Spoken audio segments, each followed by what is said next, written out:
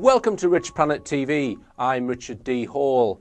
First off, just to announce that stocks of the most important book yet written this century have arrived in the UK. So Where Did the Towers Go is now available to buy from the richplanet.net website.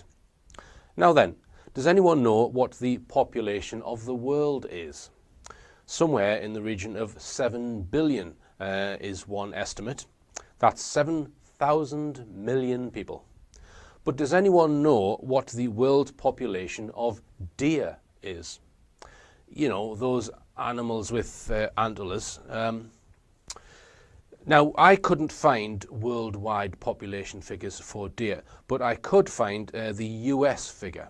It's believed to be around 32 million deer in the United States. So that's about 10 times less than the human population of the United States. So let's just say that the world population of deer is about 10 times less than the human population in the rest of the world. Here's my question. How come we don't see hundreds of people around the world being killed in mass lightning incidents? Because that is what our mainstream media were claiming happened to this herd of hundreds of reindeer in Norway. According to them, 323 deer were killed in a single lightning strike. Now, let's just say for one balmy moment that this is possible.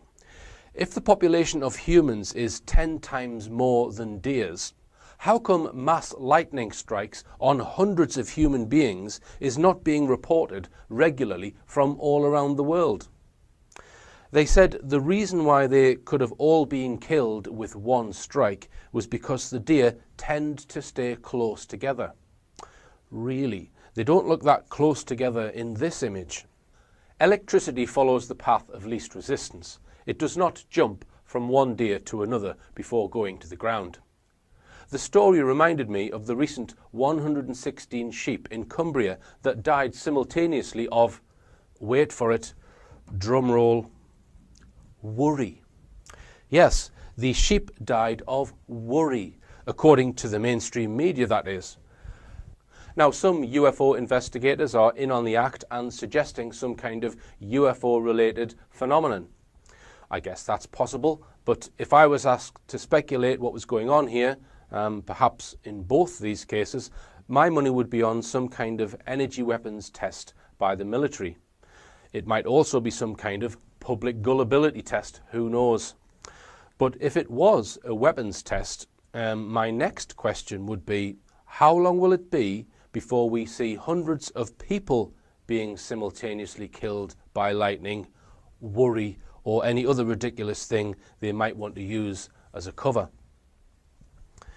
Now, on the 20th of July at an RAF base, RAF Marham, our mainstream media told us that a serviceman who was out jogging was attacked by two men who confronted him with a knife and attempted to abduct him into a car. The serviceman has not been named, and to my knowledge, there is no checkable evidence anywhere to confirm this event even occurred. But despite that, it didn't stop Crime Watch UK on the 5th of September featuring this alleged attempted abduction as the lead story in their programme. In fact, they filmed the whole episode from their mobile TV studios, which they transported to RAF Marham. The show featured a reenactment of the alleged attempted abduction, with an actor playing the part of the serviceman who they have not named. I won't go into too much detail here on today's show, but there were several elements of this story which to me cast serious doubts about the veracity of this tale. The Crime Watch team purport to be appealing for information, so I thought that I would give them a call to see if they had any information they could give to me which could convince me that this was more than just a tall tale, possibly fabricated for the purposes of military propaganda. I decided first to telephone Crime Stoppers. Good afternoon, Crime Stoppers. Can I help you? Yeah, I'm ringing in connection with something that was on Crime Watch UK. Yeah. The recent episode. Is there anyone I can speak to about one of the incidents on there? Yeah, you can talk to me, sir. I can only, what it is, we're a charity and we take information from members of the public of anything that appeared on that programme, then we send the information to the police. If you want to actually speak to anyone involved in that case, then you'll have to contact the police that are dealing with it. All right. Well, it's the incident allegedly at RAF Marham. Is that the abduction? Yeah. Yeah, if I remember right. Yeah. Yeah? Yeah. Basically, I don't see any evidence whatsoever that it even happened. The entire incident, as reported on Crime Watch, is based on the testimony of someone they haven't given the name of, and they haven't even shown exists. There's no evidence to actually say that this event is real. There's a lot of people think that this is a made-up story. Well, I've never heard it like that. But the point is... No, but hang on. Let me ask you. What evidence are you aware of that shows that this actually happened? Well, the police have probably got the evidence, but they won't broadcast it to members of the public. How do you know? How do you know the police? Hang on. How do you know the police? Hang on. How do you know the police have got the evidence? Pardon? Because they probably have, sir. No, well, you don't know they've got the evidence, do you? No, I don't know. Why haven't they given the guy's name? Pardon? There's no evidence in the public domain. I'm terminating the call, thank you. Okay, thank you. After this, I decided to telephone the control room at Norfolk Constabulary. Now, listen carefully in this clip. The woman who starts answering my questions starts to struggle, and a voice can be heard in the background helping her, telling her what to say, presumably coming through her headset. Thank you for calling 101. I glywed dywesiadau yn y Gymraeg, pwyswch seren. For options in Welsh, press star. We're connecting you to South Wales Police. If you require an alternative force, press hash. Please say the name of the police force you'd like to be connected to. Norfolk Constabulary. So that's Norfolk Police, answering only yes or no. Is that right? Yes. Thank you. Good afternoon, Norfolk Police switchboard. Hello, I'm ringing in connection with the RAF Marham attempted abduction. Okay, let me connect you two so you can give us some details. One moment. Thank you. Good afternoon, Norfolk Police speaking. How may I help? Hello, I'm ringing in connection with the RAF Marham attempted abduction. Okay. How can I help you? What it is, sorry, it's a bit of a bad line here. Is there a number I can ring you direct on? No, this is the number. Okay, all right, let me try then. What it is, I'm looking for some actual evidence which confirms this event happened. The case, as far as the public...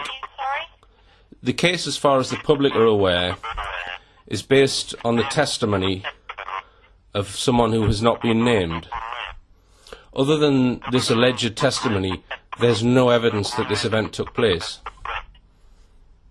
So I'm after reassurance from the police to give me something that shows that this happened. There are a lot of people who think this event is a made-up story. Right, sorry sir, who are you? My name's Richard Hall. Richard, how do you spell your last name please sir? H-A-L-L. So, what is it that makes you think this event hasn't taken place sir?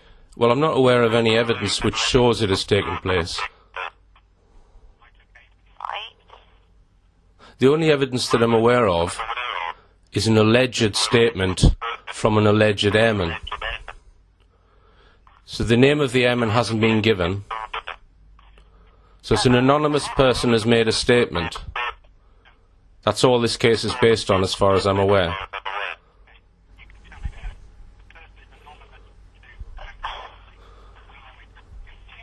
Are you aware of the evidence, or I'm afraid that do you know who the airman is?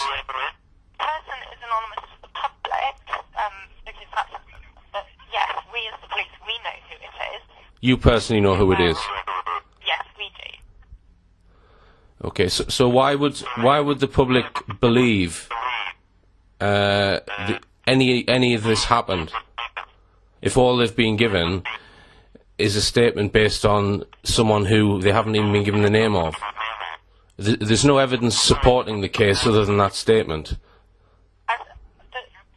that I'm aware of. The police have been given the name. We've been dealing with the victim. We've interviewed him. We're aware of who he is, and we do believe his story. So can I ask, but is there any corroborating evidence for his story?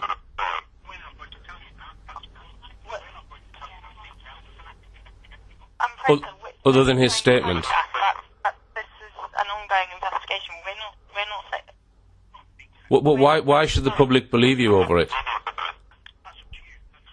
Or why should the public believe the man's statements? Well, that's entirely up to you, sir, as to whether or not you believe it or not. All right. Well, don't you think it's reasonable for the police to provide some evidence other than the statements of an anonymous man to show that it may have happened? Don't you think that's a reasonable thing to give to the public? The man is not anonymous, sir. We are aware of who he is. No, the man is anonymous according to what you've put out to the public. He's absolutely anonymous. I mean, you won't give me his name, that makes him anonymous. No, he's anonymous to the public, sir, but the police are fully aware of who he is. How do I know that you're fully aware of him? Because we're telling you. Right, because you're telling me. Well, that's really an empty statement, isn't it? It proves nothing. There's nothing I can check on that can enable me to determine whether he exists, and there's no corroborating evidence of his statement that I'm aware of. May I pass you to one of my senior colleagues? Yep, sure. Hello there. Hi. Hello, Mr. Hall. Yes. Yeah. What is your purpose in regarding your query at the moment? Well, to establish whether there's any veracity of this case. Right. Okay. Are you a police officer? No, I'm not. Right. Okay. Who is dealing with this investigation at the moment? Well, you should be able to tell me that, I think. Well, no, the police. Correct, Okay. yeah. That's right. So at the moment, all the press information that has gone out, this is an active police investigation. Mm-hmm. All lines of inquiry are considered. Do you have any relevant information to this investigation? No, I'm asking a question as to whether there is any evidence whatsoever that you have given to the public or the media that shows whether this has happened or not. Right. Well, you've got to understand that we've gone through a Crime Watch reenactment. Which proves nothing. Right.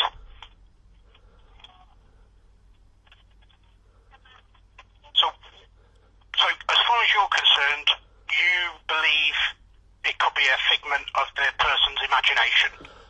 As far as I'm concerned, there's no evidence whatsoever in the public domain that any of this has happened.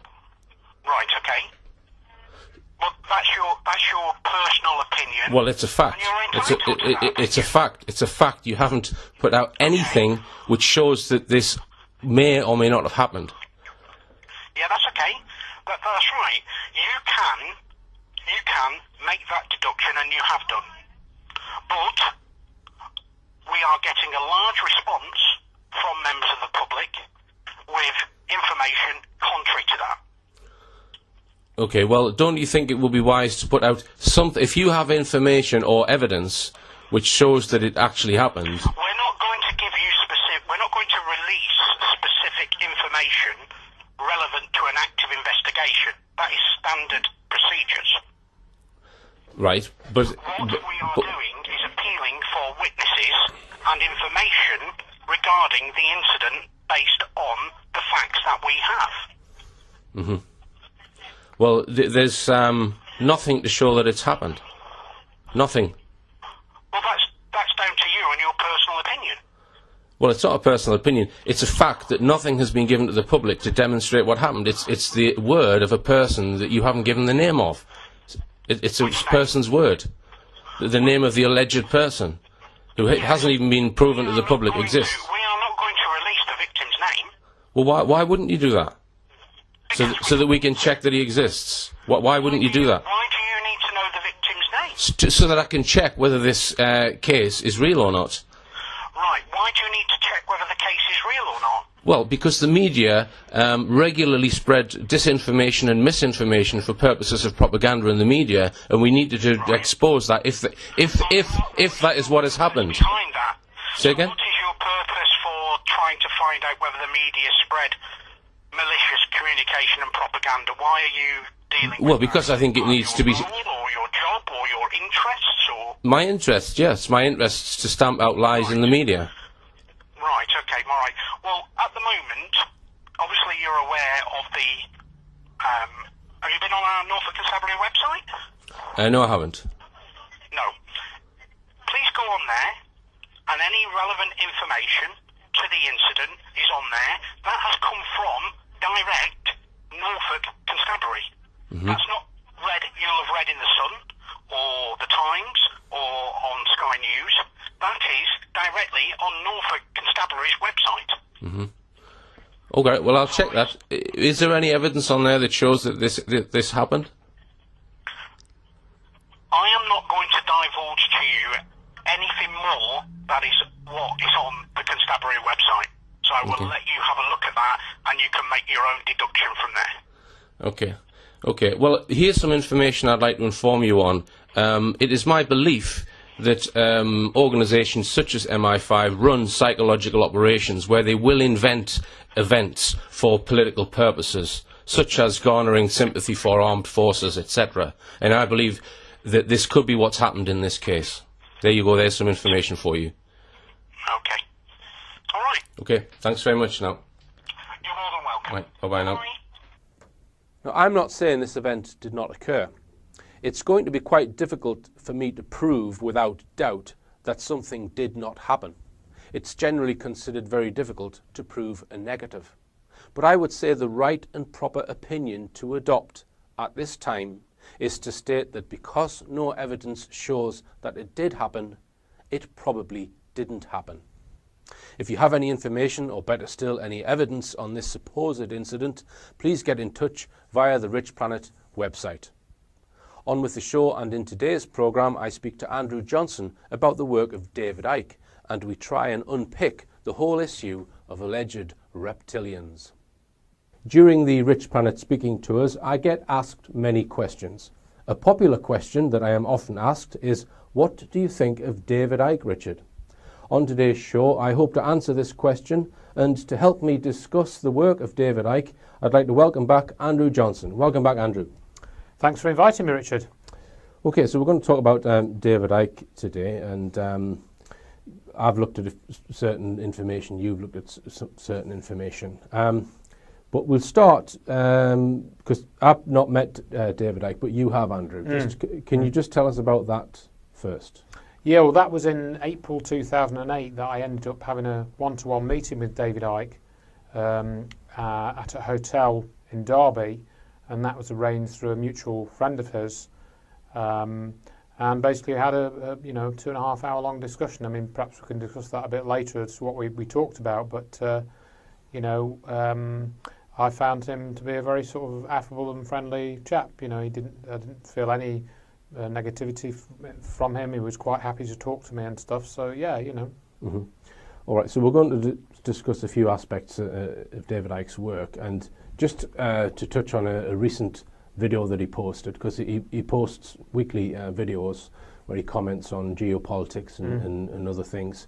And he was talking about Noel Edmonds and the fact that Noel Edmonds had, as David Icke puts it, stepped off the postage stamp consensus, where he said that negative energy or having arguments or whatever, stress can affect your health, which I would absolutely agree with.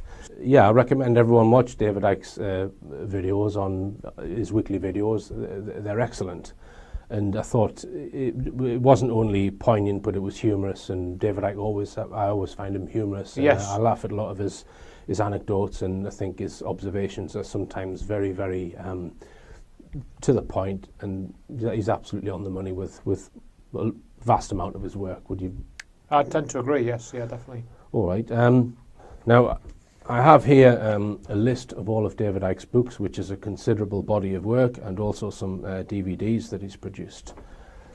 I'd like to just introduce some of the things that David has exposed over the years I watched one of his lectures the other day, Andrew. It was a 1997 lecture called I Am Me, I Am Free. I'm just going to go through some of the things that he spoke about in that lecture, because his lectures overlap with each other. He continues the themes throughout various lectures, but they've evolved over the years. Yes. But we'll just briefly touch on the Wogan incident first, because everyone of a certain age remembers that. Do you have an opinion on that, or? Yeah, well, I think it was unusual that he would get that kind of exposure, but then again, he was a well-known personality around that time. You know, he used to present Grandstand, which was on every Saturday afternoon. You know, millions of people watched it. So for him to actually come out and make these statements about him being the son of the Godhead, and he was misquoted, I think, by multiple sources saying that he'd said that he was the son of God, and he didn't say that. He said he was the son of the Godhead. And then, of course, as you say, they had the Wogan appearance where he was made a laughingstock. But he himself has said of that kind of helped him get out of the situation he was in. You know, because he was a laughingstock, he essentially had to rebuild his career from zero, or rebuild what he was doing in life, perhaps. So yeah, I think it was a very interesting event, which kind of has happened to other people since then. I think in slightly different ways, perhaps. But yeah, I can think of a few, and. It doesn't make me listen to David Icke any less, that particular incident. No, me neither. Or that what he said. It's, who knows, perhaps there's some divine spark in everyone, and he had been through some life-changing experiences at that time. His Kundalini moment, as he describes it, where he went to Peru and his mind was being sort of open to new things. Yes. Perhaps that divine spark manifests itself in certain ways in people. I'm not saying David Icke is the son of God or anything like that. No. I'm just saying that there may have been personal circumstances why he's expressed this thing, and to me it's a very personal thing to say something like that, and who knows what was going on inside him at that point in time. And it doesn't colour any of his subsequent work, in my opinion. It doesn't make me judge it by that. So just come on to this 1997 lecture, and there's a reason why I've selected this lecture, which we will come on to. So I'm just going to go through some of the things that he spoke about in this lecture, and the lectures around that time, in my opinion, were excellent. I can't pick up on anything that he was exposing at that time that I wouldn't agree with, that I would say he wasn't correct on. So he talks about the suppression of knowledge over millennia, and he talks about the pyramid of power, and about how as you get higher up that pyramid of power, it becomes less and less visible. But the main thing is that your presidents and your prime ministers are a fair way down the pyramid, and there's a hidden bit at the top of the people who really control the planet. He talks about hidden technology, that hidden technology is 30, 40 or 50 years ahead, and he says things like, well, we are kidded with things like the space shuttle. He talks about this sheepdog analogy where if the human race is a herd of sheep, humans have become, or the sheep become the sheepdog. And his problem reaction solution. So do you want to take over, Andrew, and tell us what problem reaction solution is? Yeah, well, I mean, this is a sort of another version of the Hegelian dialectic that he kind of simplified, and I think that was the expression comes from him, and as we now know, it's often repeated, but I think it is an accurate characterization and summary of the strategy that's used, and I've also summarized it from I heard it described in a sales talk, you know, where you're trying to sell products to somebody and they call it hurt and rescue. In other words, if you want to sell somebody some fancy product, you know, some fancy database system, you have to sort of convince the customer that they have a problem, and you can help them solve that problem, you know. And it may be that you convince them that they have a problem they didn't know they had, you know, and therefore you go in with your strategy to sell this thing to them. And so that's also like a problem reaction solution, that you're putting the problem in front of them, which they didn't even know they had. You get their reaction, and their reaction is to buy your solution. And when they buy the solution, we then ask the question, as David Icke points out, who benefits from the solution? Right. Which is exactly why the original problem is designed. Now, another thing which I think probably is one of the things that I would say put David Icke perhaps on the radar of American intelligence services was his expose of the Oklahoma City bombing in 1995, because he was talking about that in some detail. 168 people were killed in what looks like some fabricated event. They said it was a fertilizer bomb, but the damage was completely not consistent with that. And this is something that Icke spent a lot of time and energy exposing. Do you know much about the Oklahoma City bombing, Andrew? I know a reasonable amount about it, yeah, and actually I wasn't, you know, aware that Icke had done an expose of it, and I think that's very interesting that, as you say, that, you know, what everybody was saying about that, if he'd done an in-depth analysis, yes, the intelligence services would be very interested to hear what he was saying. That's very interesting, yeah. Is that something which you've linked to 9/11 at all? Yes, Oklahoma? I mean, yes, in terms of a couple of things, you know, if people want to look into that. It's not something I've written a lot about or posted a lot about, but if you look at the destruction of the Alfred P. Murrah building, which was the building that was destroyed, and look at World Trade Center number 6 side by side, the pattern of damage is very consistent between those two buildings. And there are also a few pictures of the so-called toasted cars at both sites as well, of course. So it appears that there is some type of advanced weaponry was used to destroy the Alfred P. Murrah building as well, and some of the testimony talks about electrical effects and so forth. So yeah, it's definitely worth looking into that more for people that want to do that. All right, you spoke about World War II and how, looking at both sides, how they were funded and managed, if you like, by perhaps one hidden group. You've got the Nazis on one side, and then, you know, the Soviets in the West, or the Allies on the other side.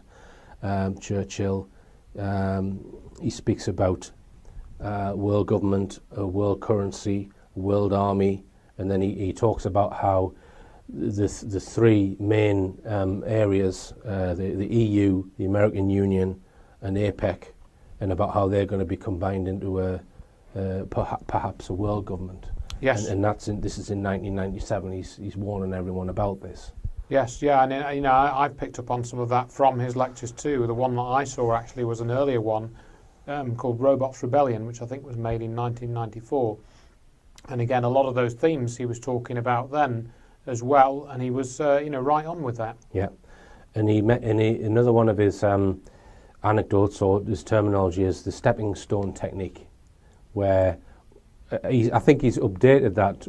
He calls it the totalitarian tiptoe, which is where if you were to bring in what you ultimately want immediately, no one would accept it, but if you do it in really small stages, people will fall for it.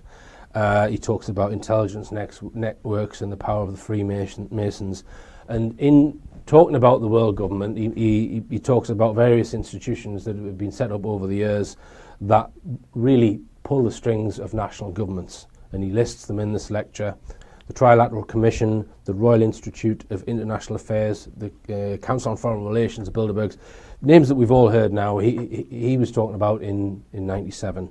And he also predicted in that lecture that this is before the Labour election of 97. He said that Tony Blair will become Prime Minister, and he was warning us about Blair in that lecture. NATO links to the Bilderberg, World Bank. I'm just listing off some notes that I've made here. These are all the things that David Icke was exposing in 1997. The monetary system and about how money is created fraudulently or through sleight of hand. Yes. And he also talks about thought and the physical world, and about how everything in the physical world, it starts with a thought to come together, which is